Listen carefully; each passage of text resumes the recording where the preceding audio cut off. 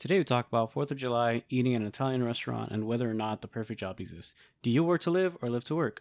Finding meaning in your life is difficult, but what's not difficult is contacting us on our Instagram, Twitter, or at our website, tiltednots3.com. Stay on Earth.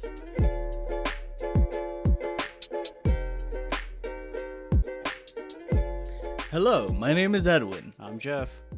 And I'm Frantic. and together we are Tilted Not Stirred. So what has you guys feeling tilted today? What have you guys been up to? Well, You know what? Better yet, how was your July 4th? I mean, my 4th of July was pretty chill. I made some ribs in the oven. Came out pretty decent. And then I got HBO Max, so I just watched a bunch of DC movies and Reservoir Dogs. So you're just watching TV during 4th of July? Yeah. Dude, what happened to the fireworks and all that cool stuff? I've seen enough fireworks, dude. You've seen one, you've seen them all. In Fontana, they allow fireworks, right? The basic ones, but everyone here has illegal ones. You know, the ones that shoot up in the sky and make noise and go boom. Yeah, in Ontario and all the surrounding cities, there was no fireworks allowed, and yet people still popped off. Which is, USA, baby. I get it, man. You know, America, but like, damn, y'all are really risking it out here. Y'all are brave. I'm assuming for Jeff, once you've seen the Dodger Stadium fireworks, you've seen them all. That's it. That's all you need. I mean, you've seen them at Dodger Stadium, you've seen them at Disneyland, you've seen them even here. It's like, you know, all fireworks are the same. So I just took a chill this time around. So I don't know. I don't think it's a hot take on fireworks, but I am totally okay with completely banning like commercial fireworks, like retail fireworks, and have fireworks exclusively be just for big companies like corporations, like or Disneyland, and like they can do their professional fireworks show and people can go do that, but commercial fireworks should just be completely gone. Nah, man.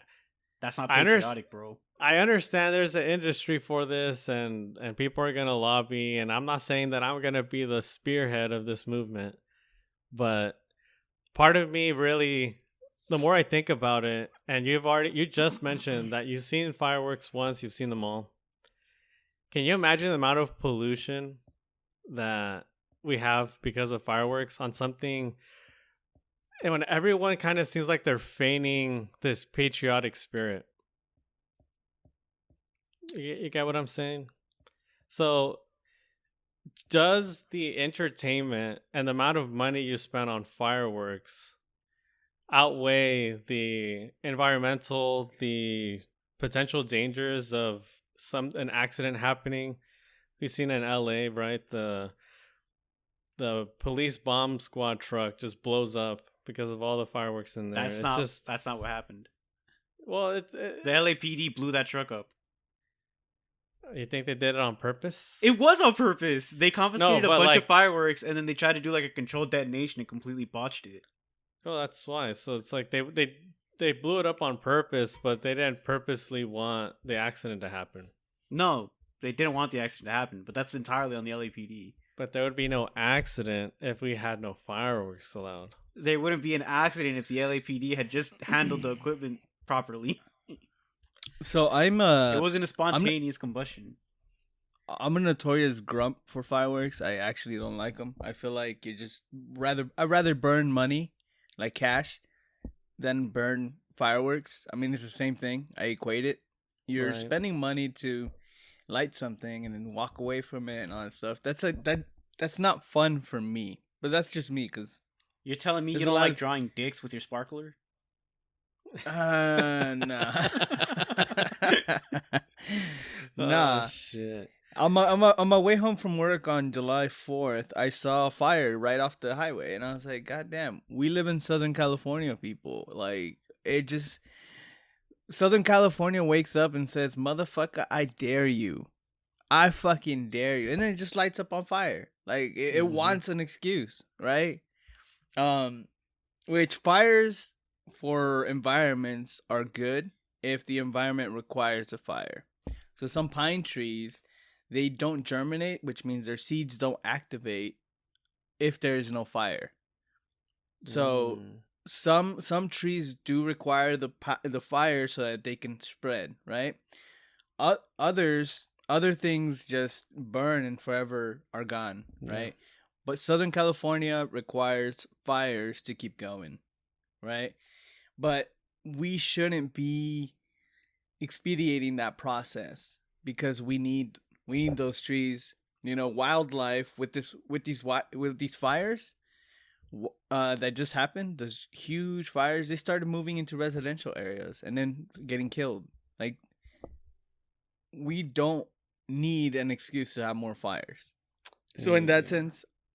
sense, I agree with Frantic 100%. But I just feel like there has to be another way, and I love like the old traditional ways of doing things, and I know fireworks have been there for a very long time, but there are certain things that I feel like maybe it isn't being talked about enough. Like I haven't seen that big of an uproar from all the folks that with all the environmental movements and all this kind of stuff. Maybe I just haven't seen it, but I don't know. Just something that every year I think about this more and more. Like, why do we still do this? Well, And a lot of those little stands are run by like schools, charities, Mhm. churches. That's giving funding to them. It's not just giving funding to big TNT. You're giving funding to like a school or to a church or to a charity. for sure, So it's not. and yeah, not it the worst sucks, thing in the but world. I mean, it's trusting got to the be something. trusting the general public with pyrotechnics is something that's kind of something off because you work for the public for a bit, you realize that people aren't that bright, you know. Yeah. Yeah, and then you have to ban Piccolo Pete's and Screaming Yeah. Willies. And you know what? I I'm all about America. So if this doesn't, if nothing ever gets passed on fireworks, that's fine. I won't be upset either way. It's Bring just a back thought Piccolo that I've been Pete's. having. I told someone we Let had kids blow up poisonous. water bottles again. Hashtag free Piccolo. Hashtag free Piccolo. I told somebody at work that we had poisonous bears, and they believed me.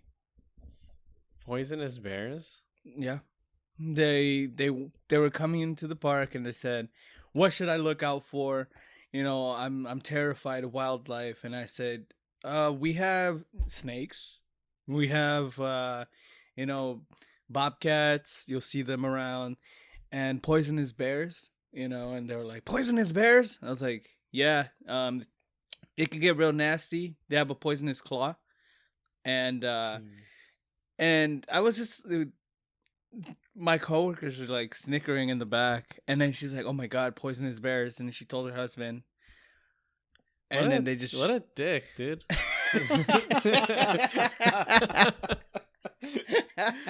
you have to get your kick somehow. What an asshole. God damn. No, the general population is not that smart.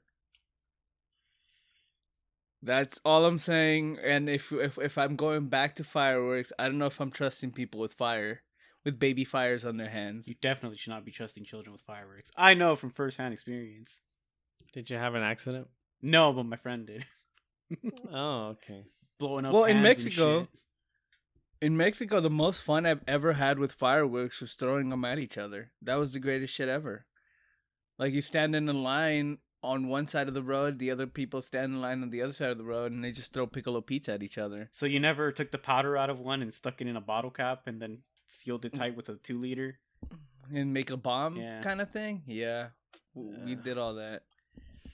Way too many people did that around here, and just not the fireworks, the alarms on the cars Yeah, would just all go off. went off all night till like 2 a.m. I'm like, all right, guys, y'all had your fun now. Dude, I remember one year some dude just lit a bag of propane on fire. What the Jeez. fuck? He just filled a trash bag full of propane and just set the bitch on fire. And I'm like, all right. Propane? Man. Just asking for it, man. Hank Hill would not be pleased if he saw that. Mm. Well, my July 4th was spent working and watching other people have fun. That was great. Definitely enjoyed it though. It was fun. It was busy. But yeah, like I said, on my way home, just saw fires on the highway. Wasn't that fun to experience, but um driving on the highway back home, see a bunch of fireworks in the sky. It's kind of nice, kind of cheering you on to get home. Like, oh yeah. Like, that's a different view there. And Yeah. then I got home. I was like, oh, there's nobody home. What do I do?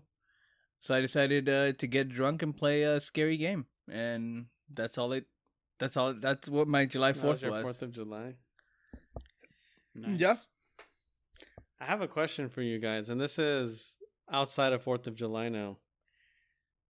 Have you guys ever had a waiter that kind of just seems like he wants to be a part of the conversation a little too much? No. Like, you're just there to enjoy your meal, but the waiter just wants to talk. I mean, I've had someone show a butt plug to a waiter before. So the waiter's just waiting for you to have the biggest mouthful of food, and like when they do, you have as soon as you take the biggest bite, how's your food? Everything all right? And you're like, Yeah, exactly. So I went to an Italian restaurant yesterday. Italian. Italian restaurant. And Hey, you celebrated Italy's win against Spain in the yes, Euros. Of course. That's why The I right went, way. Of course. Yes, Hey, yes. thanks. That was awesome. And so we ordered our food, and he was from the get-go, he was already telling my girlfriend, like, are you sure you want to order that, because we have this and it has a brilliant this and this. He started saying these like Italian ass words, and my girlfriend's like, no, I'll just have this, because we were both confused, like, we don't want to look up all this stuff or what this stuff even has in it. We're just gonna, we did our research on the menu. This is what we want. And he's like, okay, that's fine. And then he asked for what wine we wanted. And then he recommended the wine as well. And that was a whole conversation. It's just like, well, we know what we want, so we'll have that. We ended up That's his taking his job. recommendation. Yes, it's cool. And this could be something perfectly normal in Italy or in any other place in the world. But I feel that here in America, it's like the least amount of conversation and the more of the go take the order and bring the food fast is kind of the norm. That might just be me, where I usually go to. Actually, you're wrong on that one. There's what is it called? The sommelier, Jeff? Do you know? No. A sommelier? The people who tell you what yeah. the people who tell you the best pairings for your meal, for whatever. So those people get employed to tell you this is what you're gonna have, and this is what the best pairing of wine is for your meal. And that's literally his job. That's probably what his job is. You know what? I think so, because he would always be making recommendations, and I guess it's just me. Maybe I'm just ghetto, and I'd never been to a nice restaurant. And yeah, so we finally got our meal. We're eating, cool. We're having a pleasant conversation, and the guy would walk by and just be smiling, and he would tell us how happy he is that we're enjoying our food, that we're eating it nice and slow, and that everyone always seems like they go in just to eat fast and get out, and that we're actually there and really enjoying the wine, enjoying the pasta. And he just kept going off, and I'm just nodding at him like, yes, yes, as I'm trying to like put food in my mouth. All right, time out, Frantic. How fancy was this restaurant? Because it seems like this restaurant was uber fancy, and this person just he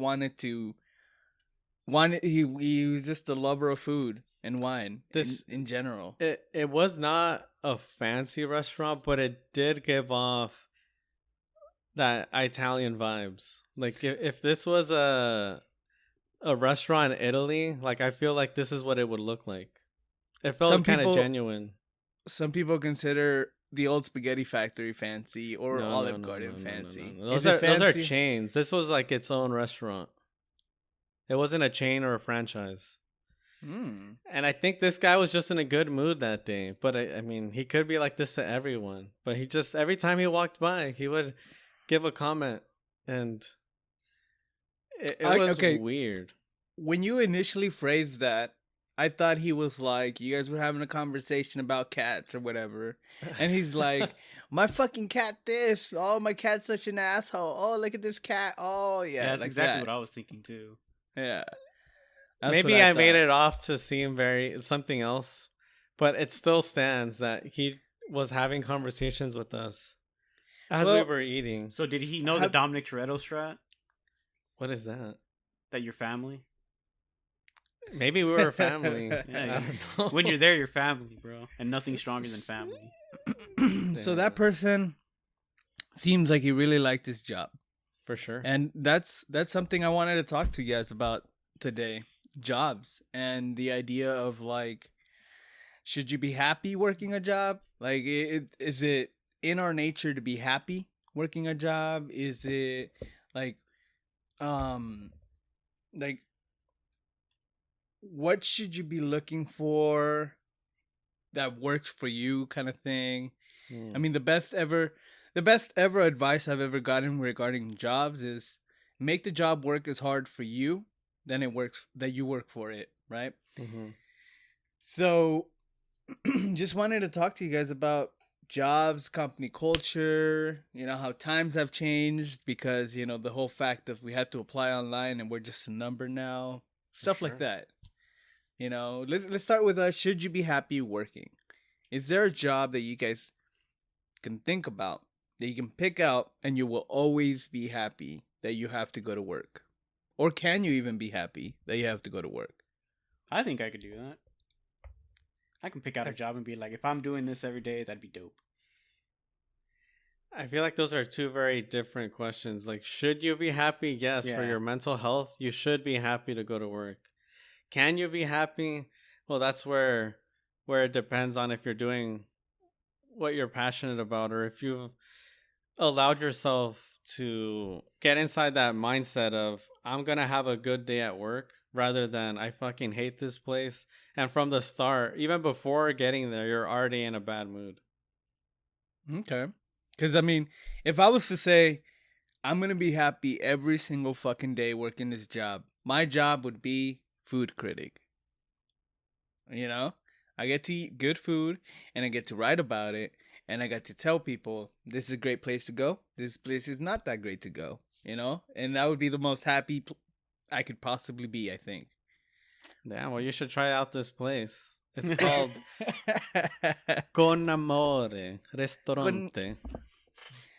So I've realized that every time someone says something, oh, it's Italian or something, the same intonation, the same sing-song comes up. Well, how else would you say? How else would you say? Con Amore Restaurante. Like, how else would you pronounce that? I don't know. That's how you speak. but It's Italiano.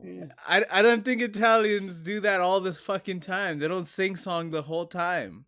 Like da da da da da da. Okay, so then say con amore restaurante. Maybe there you go. Maybe I didn't say it there.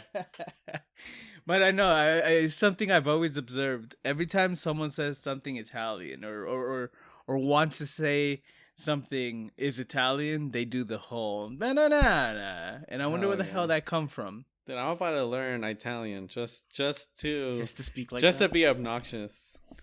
Italian is pretty cool. I mean, you probably understand most of it already since you For speak sure. Spanish. For sure, I sat around for let's say half an hour just on the Google Translate English to Italian, and I'm like, hey, I know I can speak this. I already know these words.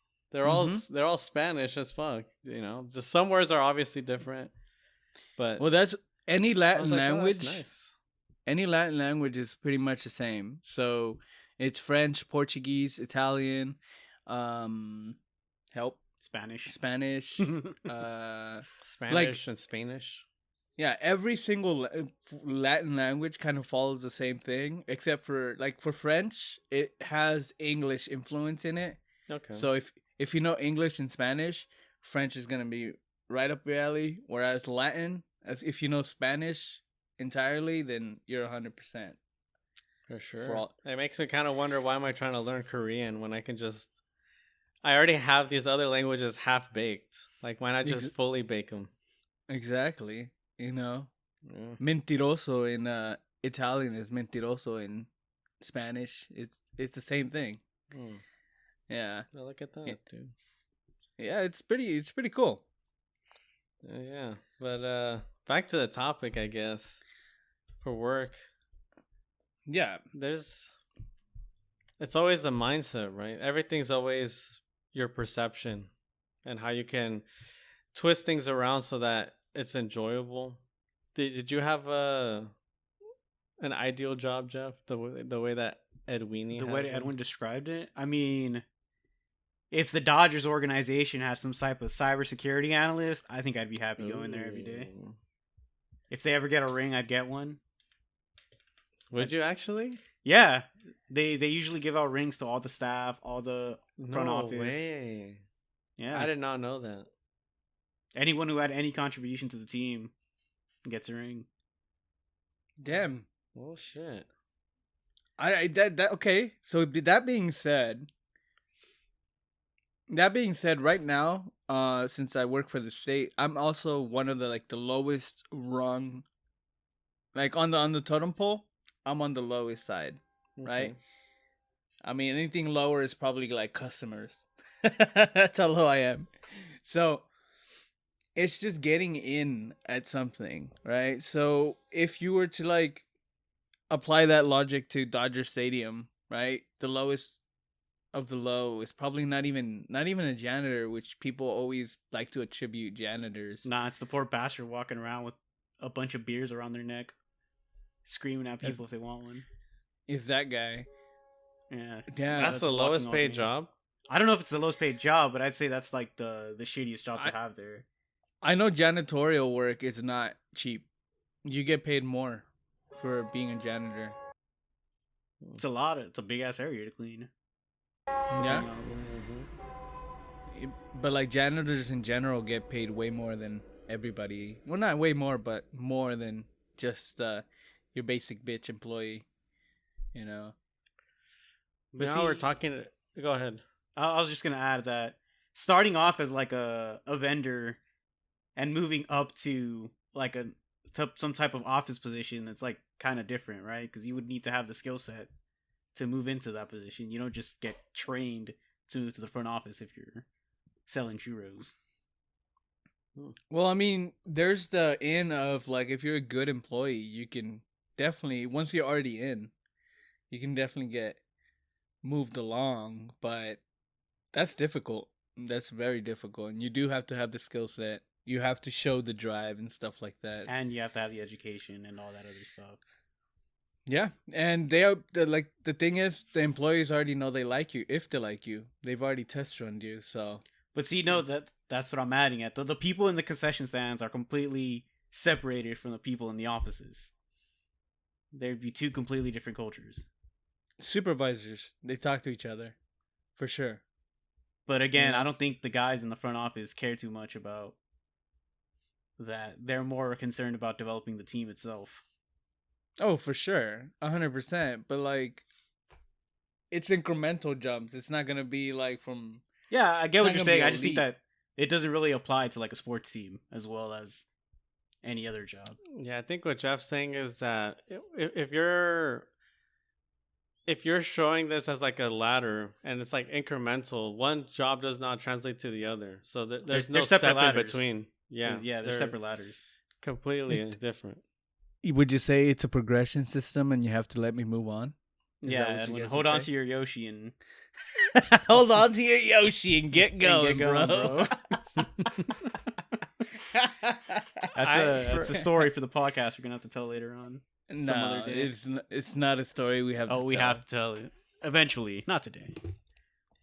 For me, I don't really have a dream job because in a perfect world, I would be able to have my own business, and I would be kind of like a serial entrepreneur, where I would have. Wouldn't you say in a perfect world you wouldn't have to work for anything? No, wouldn't dude, that be the perfect world? No, you have to work. Well, I guess that's a good question. Do you, if given the chance to never have to work again, would you take it? Sugar mama shit? Sure. Hell yeah. Whatever allows you to not have to work ever again, would you do it? Yeah. I mean, if I was in a financial situation where I didn't have to work, I would be completely fine with not working. I don't So see why what not. would you do then? I'd chill, travel at that point. I mean, if you have no work to, tie you down, you can just travel, do other shit, see the So world. for there's a various levels to that question because work provides us with socialization that we desperately need. People don't talk to you out in the open, out in every day, because they're not tied to you in any way, shape, or form. Whereas if you at least have the mutual consensus that you work together, that allows you to have interaction with people and they feel more comfortable talking to you in that sense. For So, sure. as a human being, psychologically, if you didn't have to work, that might ruin you a little bit. You Yeah, know? I think so. I was gonna say is that the reason you need a job is to have a purpose in your life and to have a reason to get up in the morning and to create and do something. Because See, I think this is going back to that whole culture of living to work instead of working to live. And I think you Yeah. guys are in that mindset of we're living to work when no. I'm not. I'm not. But I'm you're saying 100%. like this, if given the opportunity to not work again, you would still want to work so you could have a purpose. No, I no, never said that. Well, I'm someone I never said said that. that. I'm Frantic did. saying work to live. Yeah. Because if you don't work, then Then you can just live what kind of life would you have? whatever one life you want, man. I mean, maybe I'm closed off here, but Yeah, because at this point it would be you have the financial independence to do whatever you want. So just do whatever. I you feel want. like if everything is given to you for free because you don't ever have to work for anything, you're just it's not the different levels of satisfaction. I can't imagine living a fulfilling life if you never have to produce. Well, it depends on how you earn that cash. If you made like a killing in the stock market, or if you fucking won the lottery, then I think none of those things you worked for. yeah. So I mean, you could theoretically work in the stock market, just make some deals, do your research, right. get lucky on So GameStop. so like if we're talking about being a millionaire, and I guess this is the difference between the self-made millionaire versus the millionaire that was born into $1 million family. So that's why they themselves are a millionaire now. I think those are very different levels of fulfillment in life in general. I think that's why you see a lot of these wealthy kids, like, I don't know, being depressed, falling into drugs, bad habits, all this stuff. And you would imagine, like, you have everything in your life. Why are you fucking this up? And I think if something is given to you for free versus working for it, like, that's a huge disconnect there. I mean, I think that's more to do with the parents than anything. I'm starting to no, I still am firmly on the side of socialization. You don't have anybody to commiserate with you. You don't have anybody to actually relate to you. And that will do so much for your mental well-being. Like if you don't have anyone that can relate to you being a rich guy, right? Like sure, there's other rich people, but even them, they are in different, everybody's in a different situation, right? Mhm. Some people may be rich for different things, but just talking to people every single day helps you out. Just knowing that you're gonna have these people in your life because they're tied down to that work with you is, That's depressing. no, I mean it's depressing to the way I phrased it, but just having somebody, misery loves company. Mm-hmm. I've never having thought of my job that way. What I will say about having a job is that I don't know the statistics for this, but I think that there's I want to say at least 50%. I'm gonna put a guess, and at least 50%, maybe even more, of people meet their spouses and their friends in life from their jobs. And if you remove the jobs, sure, you can find them any other way. But I think to the average person, having a job it's kind of what gives your life a certain direction. Yeah. I mean, I don't know. It could just be me, and since I'm not rich, I don't know what it feels like to be rich. I mean, if any one of us got rich, I would hope they would still keep in contact with us. No, for And do sure. some grime. Just like, oh hey, I made my money. Deuces. I'm out of here. Bye. I'm making better friends. Bye. I'm gonna go buy Chelsea. I'm gonna go buy my friends. Hell yeah. I'm gonna go at a buy liquor Chelsea store. Football Club. Oh, Or if you guys shit. had money, would you guys still work? Like Yes. if you guys came up on money right now, would you guys still work? On a large enough sum of money to where I didn't have to work, I wouldn't work. I I would. keep working. I would keep working. At least and part-time. I would open up my own businesses and just keep the train going. I would keep working with the mentality of I don't need this shit. My man works 2 jobs kind of thing. Mhm. So For sure. I mean, because sometimes I do think about like how much money is too much money. Why, if you're already rich, why do you keep working? But I think that there's always another thing that you can be doing with that money. Yeah. So if you just choose to open up, let's say, what are those organizations that all their proceeds go to a certain it's a foundation. Charities, Just open up foundations and humanitarian start societies. producing more jobs for other people that'll create fulfillment in their lives, etc. There's Yeah, like a lot of exactly. things that you can do. I wouldn't consider that work. If I have a large sum of money and I start opening up charities and stuff, I wouldn't consider that work. I would say that's more work than working mindlessly at a warehouse when you actually have to create a foundation. Yeah, but at that point you have the money to hire the people to be competent enough to do the work for you. Still work. Yeah. all right, you guys have to set up a foundation. Who are you setting it up for? This is not a meme question. Go. Foundation? I don't know. Starving kids? The Build-A-Bear Foundation. I'll set it up for orphans and stuff. People Mm. who have lost their parents. You know, social work kind of thing. Yeah. Yeah. I actually don't know what I would support. What's the biggest problem? Ending world hunger. There. I say childhood obesity nowadays. It's Yes. So I can be labeled fat phobic. I'll start a foundation that makes people exercise and eat healthier. Oh no.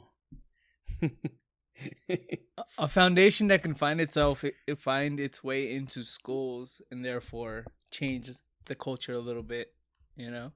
Ooh, free gyms. My foundation will be free gyms. Free Yes. gym.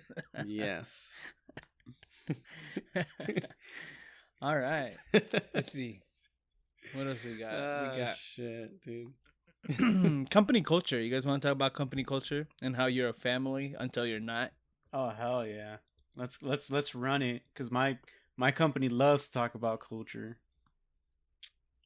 They're having a rush week next week, so you can get in with all your peoples. A rush week? What is this? Fucking college? That's The what I heard, fraternities? yeah. Like, what's going on here? They want you to join up with your race, with your raza. Wait, Oh, shit. helter skelter shit? What's going on? What? Yeah, they like to group people. They like, oh, I'm a Latin American at this place. Yeah, fuck it, I work at Amazon. Latin Americans at Amazon, Asians at Amazon, No. gay people at Amazon. Yes, these are all like like- prideful at Amazon. No way, dude. And so That- everybody separates into groups and then what? Talks about their experiences or? Groups I don't more know. like gangs. I'm not in it. I don't care to be in it. I just know that Ooh. hey, it's an option. If you want, you can get in with people with similar backgrounds as you, and you can do stuff. Oh, that's nice. Yeah, I don't know. Hey, that's an option. I choose to not drink the Kool-Aid. But Oh, hey, jeez. it's there if you Hey. want it. Oh my gosh. That's a way to make sure you got your employees in little corners and say, hey, the pull-up Legion crew over there, do we need them? I don't think it goes that. Jeez. I don't think it goes Yeah, that. I don't deep, think it's bro. like that. I think you're looking. I don't know, man. I think it's a bad attempt at trying to connect people together, is what it is. Yeah, I totally. It's a get little it. misguided, but I think for the most part, their heart is in the wrong place. The In right place. Yeah, their heart is in the right place for the most part. Yeah, that's how gangs start. They are on the hearts are always in the right place. You know. That's true, because nothing's stronger than family. Hell And yes, this, brother. and this gang right here, Family. family. Hey, I got your back. You got mine. That's family.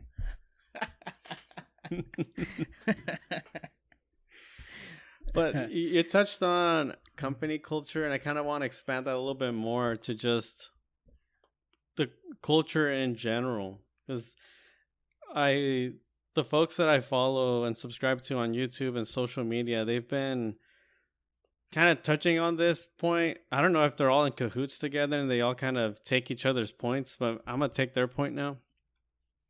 So there was a survey conducted by this research firm called Morning Consult. And they claim that in their study, 86% of Gen Z and millennials surveyed would put sponsored content for money, and 54% would become influencers if given the chance. So, Actually, let's take the survey right here first. Out of all of us, content creators, Jeff. We're doing that right now. Well, I mean, yeah. Would you sell your soul to be a content creator? Depends on who am I selling it to. I think you would, Jeff. I think that's a we yes. already answered. So the question was, what do you want to be when you grow up? And Jeff already said like cybersecurity for the Dodgers. I said like, entrepreneur. Edwin, what did you say? Food critic. Food critic. That's right. So none of us really chose what this study found, that 29% of all those that were surveyed were like, I want to be a vlogger or a YouTuber, which is kind of now showing the shift between that, like years and ages ago, people wanted to be an astronaut or wanted to be a firefighter or a police officer, or et cetera, et cetera. The list can go on. A lot of trades. And now they want to be the next ninja. They want to be the streamer, like Ludwig and all these other guys. And I mean, like, what are you guys' thoughts on 29% that? is pretty small comparative. We need to see the full statistics, right?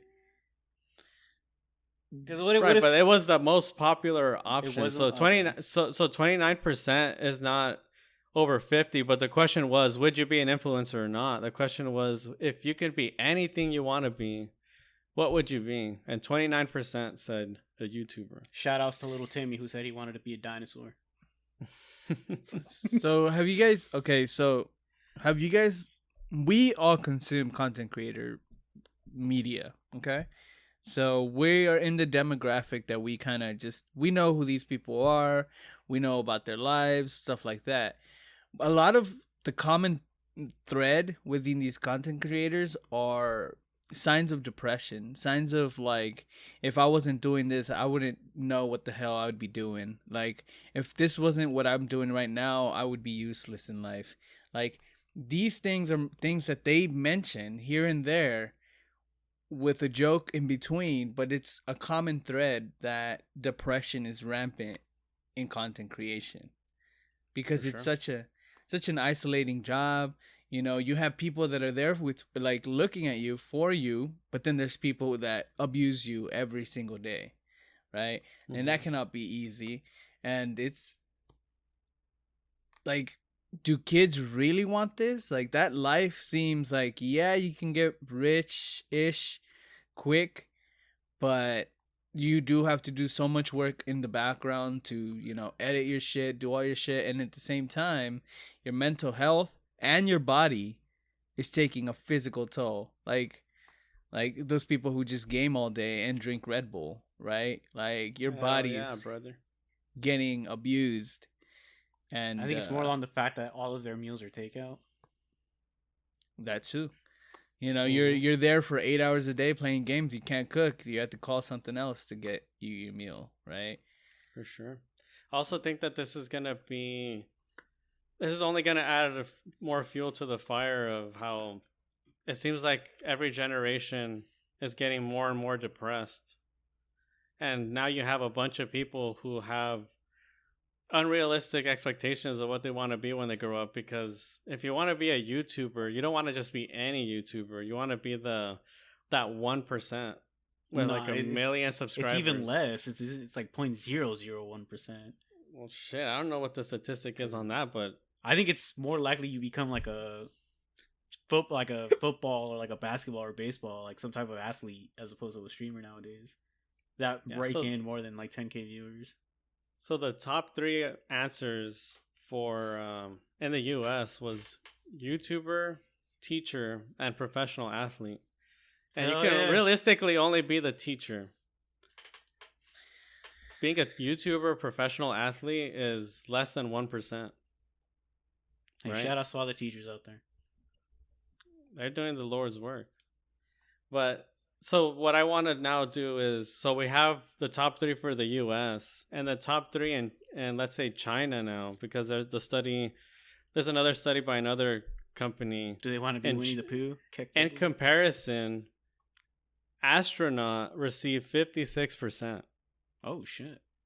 And then teacher was 52% and musician was 47%. They were allowed to pick 3 answers.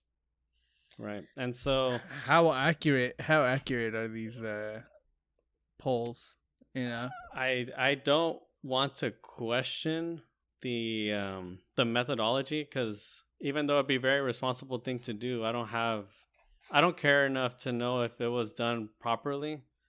I just know that there's a difference between in let's say China, or even, we can even expand a little bit more to other Asian countries, where their biggest things is always like science and tech, versus in the US now that it's about being an influencer and like an athlete and stuff like that. Yeah, the word influencer is so nasty. It's so gross. You know, especially when you're targeting kids, you know, stuff like that. That it's just gross. I don't know. I wouldn't, being labeled an influencer and then whatever the hell I'm influencing has to be to proper moral standard, right? Like there's people who are influencing gambling nowadays, and I don't know about that life, but I don't know. It just like, I feel like as an influencer, you're literally whoring yourself off to millions of people, sponsors, companies, everyone, and you're just doing everybody else's bidding. But you're not really. I don't know. Are you living your dream there? You're just being used by everybody else. Well, you can be a content creator and still have standards. You can still say no. You can still only choose the ones that you truly support. You don't have to sell your soul to the bag. You're just mentioning the ones that are. Not true. That's true. Another point that I want to make, or at least ask, is it all their fault?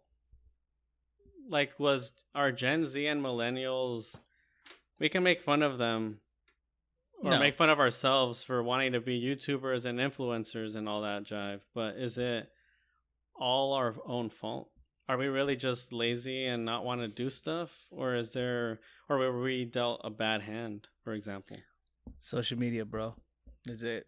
Yeah. Social media fucked us all. And the research is going to show us the astounding and undeniable truth sooner or later that we got absolutely fucked by unregulated social media. Damn. Your thoughts, Jeff? Yeah, I mean, I think Edwin's right. I think every kid is on YouTube nowadays, so they see this and they think, oh, hey, I want to do this. They look up those videos about kids opening toys, unboxing videos and stuff, and you know that's low effort content that anyone can do. So a kid sees that and they go, oh, I want to do this when I grow up. I just want to open toys all day. It's low effort, super easy. They're exposed to it every day. For sure. It's only natural. I think that there's 2 things going on here. 2 major points that I want to make. One is that the job market is very, very competitive now that applications are online. So before, people could apply to their local place and they would actually have to go in person, and you would actually kind of be able to almost have that interview the same day. And if they needed someone, they might just even pick you up. Now I think last I saw that every job application online gets about 250 applications. And some obviously get thousands, right? And they only have a set number of people. That's why you hear that, oh, the people reviewing resumes have 6 seconds to look at your resume, and then they'll move on to the next one. And then the interview questions are going to ask you they're going to ask you questions that they seem kind of innocent, but they're kind of put there to eliminate you from the process. Mm-hmm. Like, oh, tell me about yourself, or what are your salary expectations in this job? And you try to be an honest person, and then that's what gets you eliminated, right? So you have that where tons and tons of people are graduating from college. You have tons and tons of people applying to all these different jobs online. Competition is fierce. So then what else do you have to do? And Jumping. So a lot of people are starting to find alternative, the same way that we spoke about alternative living in homes. We're also having alternative jobs where jobs that weren't jobs before are now becoming a thing. So influencers, social media folks, all that jive. I feel like that's a product of how competitive the job market is now. You have to go out and create your own job, basically. And the barrier to entry is pretty low for an influencer compared to starting your own business, for example. I hear what you're saying, Frantic. So the GoFundMe for Jeff doesn't want to do anything fund. It's going to be up very shortly. Look out for that, people. If you want Jeff to not have to work for the rest of his life, look out for that. He already said he wouldn't work if given the chance. This is your opportunity. He already said, you know your money is going to be guaranteed to go to that cause. Yep. Yeah. It's going to go towards food and entertainment and travel. There you go. And he'll post pictures about it on Instagram so you can like them. He'll actually create an Instagram, I believe, right? Mm-mm. You said that you would actually create one, right, I Jeff? never said that. No, you're putting words in my mouth. If you want, that's working. I'll put them on the Tilted Not Stirred page. Yeah. Oh, nice. That can almost be confused for working there, bud. Oh, okay. So I should hire someone to take pictures for me. Gotcha. Yes. Then your money gets tier 3 GoFundMe person. There you go. You get all the pictures. So my first point was the job market thing, and then the second point now is very similar to what you guys were saying about how these successful influencers are making millions and seemingly having fun. And I feel like our generation and Gen Z, if like they would put on a ladder, right? Like what's the pinnacle of their experience would be to have fun. You want to do something that you're passionate about and something that's fun. So it's like short term versus long term, right? Where in the short term we value like just having fun and making an impact now.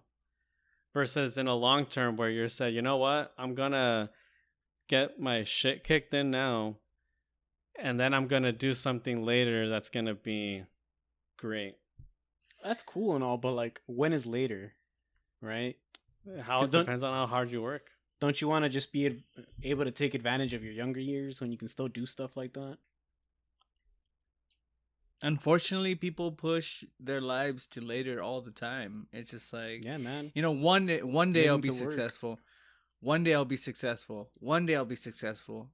And your deathbed comes up, and one day never came. And it's so sad. It's a sad thing. It's a sad reality. But I wanted to touch on two things, right? I play video games as a leisure activity. It's always been my hobby. It's always been something that I enjoyed and loved doing, like completely immersing myself in a video game and kind of just enjoying that moment. I know that time I spent with video games is not a productive time. It's not something that I'm doing to create. I'm not doing anything. I'm not producing anything. Instead, I'm just going through a video game and being like, I enjoyed my time here. That was fun. I like that. Cool. There's nothing wrong with enjoying your video games, right? But if that was my job, I would not enjoy playing video games. If my job was to 8 hours a day play a video game and I had to, I don't think that would be any fun. I feel like my enjoyment from video games comes from me having done something productive like job or something, and then coming home and unwinding and being like, this is great. I like this. I've experienced it before in a moment of being jobless where video games was all I had. Did I play them? Hell no, I didn't. It just it doesn't feel good to just be there while you have stuff to do, stuff that you have to get done, right? But I don't know, that's just my experience. And if that was my job, I don't know if I would be able to equate productivity and that this is your job, this is what you're doing with the happiness that I get from wasting a couple hours. I mean, that's literally what it is. And on the second note that I wanted to touch on, Frantic said about nowadays that you're just a resume for an employer, right? Mhm. And I wanted to talk about the practice of hiring to fire. That's something that is coming up nowadays. That it's actually you witnessed it. I'm sure of it, where companies hire fast and they hire everyone. They just hire everyone, and like you realize, you look at your coworkers and you're like, how the fuck did you even get a job? Those people are there because they need people to fire at the end of the day. So if you intake a lot of people, you're going to intake qualified and overqualified people. You're Mhm. going to intake people that increase your productivity through the roof, but you're also going to intake a lot of dead weight.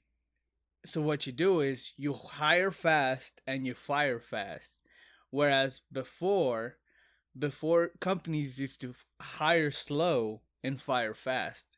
That was the strategy before. Before it would take, weeks, months, so that you could finally say people can finally say, "Hey, you got the job." Right? Mhm. Like, we did all the background, we did everything. We did our due diligence to make sure that you were a good employee. Nowadays, the strategy has become intake everyone. Those good employees are going to shine while they're there, and you fire everyone that isn't. So And that I can Go touch ahead. on that a little more because when it comes to warehouses, it's the same concept, right? But it's for different reasons. So managers, for whatever fucking reason, have a quota on how many people they need to fire sometimes, Mhm. right? Wow. So they're supposed to fire like the bottom 10% performers or like the bottom 1% performers, but they don't want to do that because the team they have now is solid. They get the work done.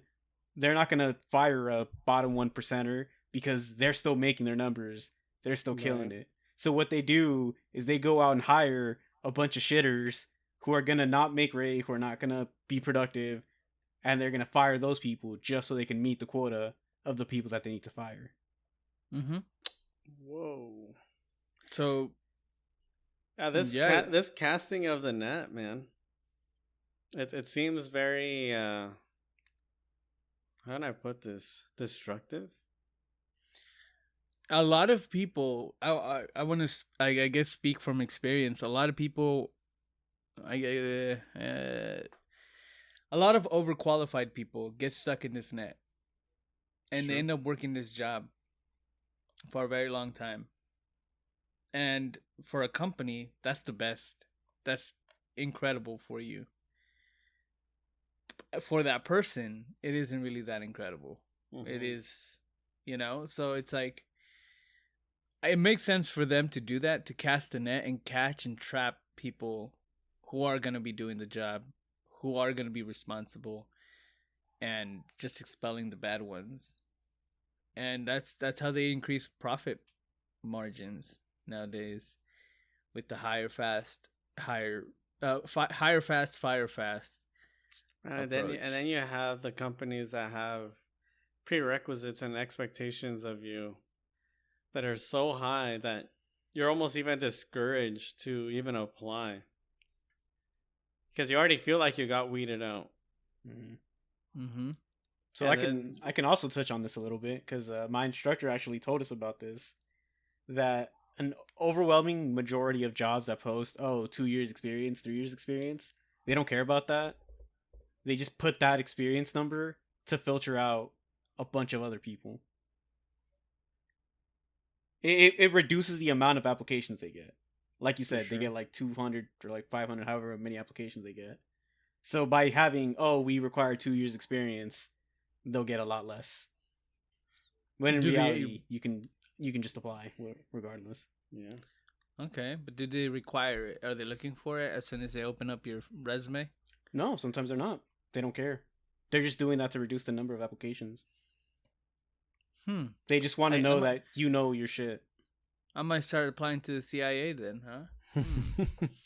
Those are fake requirements, man. They're just trying to weed us out. Sometimes it is because new businesses, or like sometimes the jobs are posted by like HR, right? And they don't know anything. They don't know anything about the job. They just say, "Hey, post the job listing for this." They'll go out, look for similar jobs, and just copy and paste the requirements. Well, shit. So that means apply regardless. The worst thing they can do is just ignore it, like they've ignored all your other applications. But if they want like 5 years experience, then they really care about the experience at that point. So there's a difference. Just between apply. If it's 2 to 3, it's like, what is experience? 5 years is like, okay, maybe they're kind of serious about this. Yeah, that's like a senior level at that point. So yeah, they do care about experience. So I can't apply to be CEO. Am I wasting my time? Give it another year. I think you'll be good. Another year experience. Yeah. I Okay. actually know somebody. I'm not gonna name them. I actually know somebody who, for every job application, they applied for manager position with no job experience ever, and then complained that they never got the job or were destined to succeed. Yeah, they only applied for managerial positions with no job experience. I don't know who this person is, but I how feel fun. I feel like those are the kind of people who will then turn around and say how evil like corporate America is, and that they're like the ones that are gonna be the loudest about how unfair the world is, because they themselves have unrealistic expectations for what they have. Well, do they have a degree is my only question. No. Okay, yeah. All right. Because most manager positions, if you have a degree, you're already way ahead of every other applicant. Yeah, so no degree, no job experience, but wanted to be a manager all the time. It's a weird thing with degrees, because sometimes they're Useless. critical, and sometimes they're just completely useless, as you said. So it's a strange thing for sure. Because colleges can also weed out. There's like several steps of weeding people out, and having a college degree, though it may not be much now, it at least shows the employer that you're willing to throw away your money and give yourself to a system. And they're like, maybe they'll give themselves to our system now. No. David, pro tip. Go ahead. Oh, David was telling me the other day that a lot of times the degree is just showing, hey, I'm dedicated. I'm hardworking. I went through this and I earned this. Also, pro tip, your degree also counts for experience. Your year experience, it also counts for that. So we just said that a year experience doesn't matter. Exactly, but it actually counts as experience, as in like, I went to a 4-year university and I did 4 years of this, right? Like, yeah, it counts for that. Some employers will take your degree into consideration for replacement of experience. The experience requirements. Yeah. Well, good on them, man. Because at least the 4 years meant something. Yeah.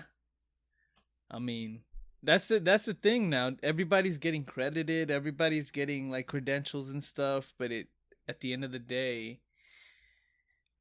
there's a thing. Everybody wants to go to college. Nobody wants to be a trash man when we need trash men kind of thing. Those pizzas ain't gonna deliver themselves. So if Exactly. everyone's shooting for the moon, there's not going to be anyone left on Earth. Exactly. There you go. You guys said it better. You guys said it best. I'll be on Earth. I You'll like be on it Earth? here. Yeah. Nah, I like nah. having realistic expectations. Catch me in the stars, homie. This planet is doomed. But that's another topic. to the moon. Catch me To the applying moon, boys. To the moon, boys.